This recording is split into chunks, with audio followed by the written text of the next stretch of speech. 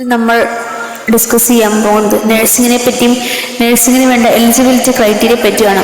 ഈ വീഡിയോയിലൂടെ ഞാൻ നിങ്ങൾക്ക് നഴ്സിങ്ങിനെ പറ്റി ഒരു ചെറിയ നോളജ് തരാനാണ് ആഗ്രഹിക്കുന്നത്. നഴ്സിങ്ങിനെ പറ്റി ഒരുപാട് ഡീറ്റെയിൽ ആയിട്ടില്ലെങ്കിലും ഓൾമോസ്റ്റ് നഴ്സിങ്ങിനെ പറ്റി അറിഞ്ഞിരിക്കേണ്ട കുറച്ച് കാര്യങ്ങളാണ് പറയാൻ പോകുന്നത്. സോ ഫസ്റ്റ് ഓഫ് ഓൾ നഴ്സിങ്ങിനെ പറ്റി എൻ്റെ ഒരു വ്യൂ പോയിന്റ് ഞാൻ പറയാം. ഒരു ജീവൻ രക്ഷിക്കാൻ ഒരു ഡോക്ടർ കഴിഞ്ഞെന്ന് വരും, പക്ഷേ ആ ജീവൻ നിലനിർത്താൻ ഒരു നഴ്സ് തന്നെ വേണം. ശാസ്ത്രവും സ്നേഹവും ഒരുപോലെ ചേർന്ന ഏക വിഷയമാണ് നഴ്സിംഗ്. സോ നമുക്ക് നഴ്സിംഗ് പഠിക്കാൻ വേണ്ട യോഗ്യത അല്ലെങ്കിൽ എലിജിബിലിറ്റി ക്രൈറ്റീരിയാസ് എന്തൊക്കെയാണെന്ന് നോക്കാം. ആദ്യമായി നിങ്ങൾക്ക് +2 വരെ പഠനം ഉണ്ടായിരിക്കണം. +2 പാസ്സായിരിക്കണം.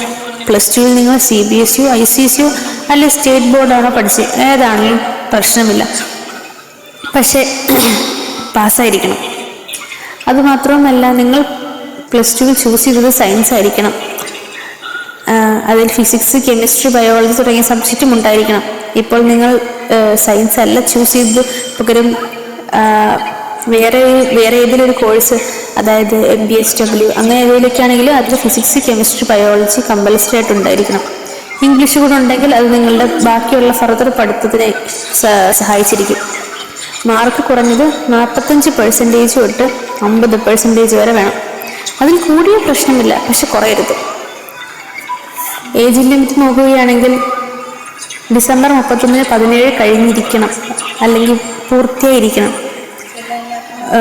17 തൊട്ട് 35 വയസ്സ് വരെയാണ് ഇതിൻ്റെ ഏജ് ലിമിറ്റ്. 35 കഴിഞ്ഞാൽ അഡ്മിഷൻ പ്രവേശനം ഉണ്ടാവുന്നതല്ല. ഇന്ന് ഓൾമോസ്റ്റ് എല്ലാ ഇൻസ്റ്റിറ്റ്യൂഷനിലും എൻട്രൻസ് എക്സാം നിർബന്ധമാണ്. കേരളത്തിൽ LB centre for science and technology വഴിയാണ് അലോട്ട്മെൻറ്റുകൾ നടക്കുന്നത്. എയിംസ് പോലെയുള്ള സ്ഥാപനത്തിൽ അല്ലെങ്കിൽ എയിംസ് പോലെയുള്ള കോളേജുകളിൽ നിങ്ങൾക്ക് അഡ്മിഷൻ വേണമെന്നുണ്ടെങ്കിൽ അഡ്മിഷനത്തിന് NEET UG സ്കോർ കൂടെ പരിഗണിക്കാറുണ്ട്. വേറെ ഒരു ഇമ്പോർട്ടൻ്റ് കാര്യം എന്തെന്ന് വെച്ചാൽ മെഡിക്കൽ ഫിറ്റ്നസ്. അത് ഭയങ്കര ഇമ്പോർട്ടൻ്റ് ഘടകമാണ് നഴ്സിംഗ്. കാരണം നഴ്സിംഗ് അധ്വാനിക്കുന്ന ഒരു ജോലി ആയതുകൊണ്ട് മെഡിക്കൽ ഫിറ്റ്നസ് ഹാജരാക്കേണ്ടത് വളരെ നിർബന്ധമാണ്. ജെൻഡറിൽ വരുമ്പോൾ ഫീമെയിലിനെ പോലെ തന്നെ മെയിൽ ജെൻഡറിനും ഈ നഴ്സിംഗ് പഠിക്കാൻ സാധിക്കുന്നതാണ്. സയൻസ് പഠിക്കാത്ത, +2ൽ സയൻസ് എടുക്കാതെ കൊമേഴ്സോ അല്ലെങ്കിൽ ഹ്യൂമാനിറ്റീസോ എടുത്ത ആൾക്കാരുണ്ടെങ്കിൽ അവർക്ക് ANM നഴ്സ്, ANMO അല്ലെങ്കിൽ GNMO പഠിക്കാവുന്നതാണ്.